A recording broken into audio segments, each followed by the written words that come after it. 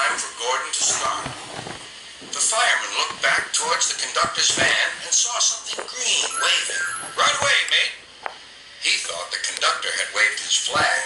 Gordon started, leaving luggage, passengers, and the conductor all standing on the platform.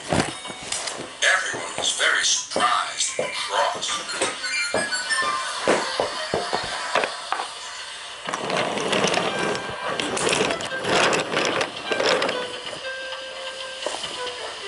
To make matters worse, by the time Gordon had been stopped and brought back, Edward was already late with his train. So now he set off first. But the signalman at the junction wasn't told about the change. By mistake, he sent Edward along the main line.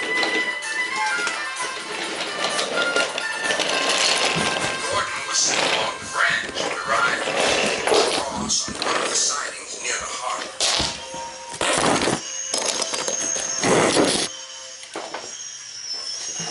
Next morning, Bill and Ben peeped into the yard. There were no cars for them, but they didn't mind that. Teaching Gordon would be much better fun. "What's that?" asked Bill. "Shh," whispered Ben. "It's Gordon. It looks like Gordon, but it can't be. Gordon never comes on the branch lines. He thinks them vulgar." Gordon pretended he hadn't heard it. "If it isn't Gordon," said Ben, "it's just a pile of old iron, which we'd better take to the scrapyard." "No, Bill, this lot's useless for scrap. We'll take it to the harbor and dump it in the sea." Gordon was alarmed.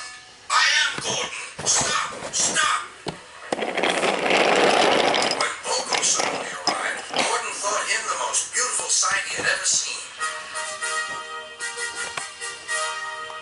"Bogo, my dear engine, save me!" Bogo quickly sized up the situation and threatened to take away the cars he had bought from Bill and Ben. This made the twain hate at once. Gordon thought Bogo was wonderful. "Demons, how do you do it?" "Ah, well," said Bogo, "it's just an act." Gordon still believes that Bogo saved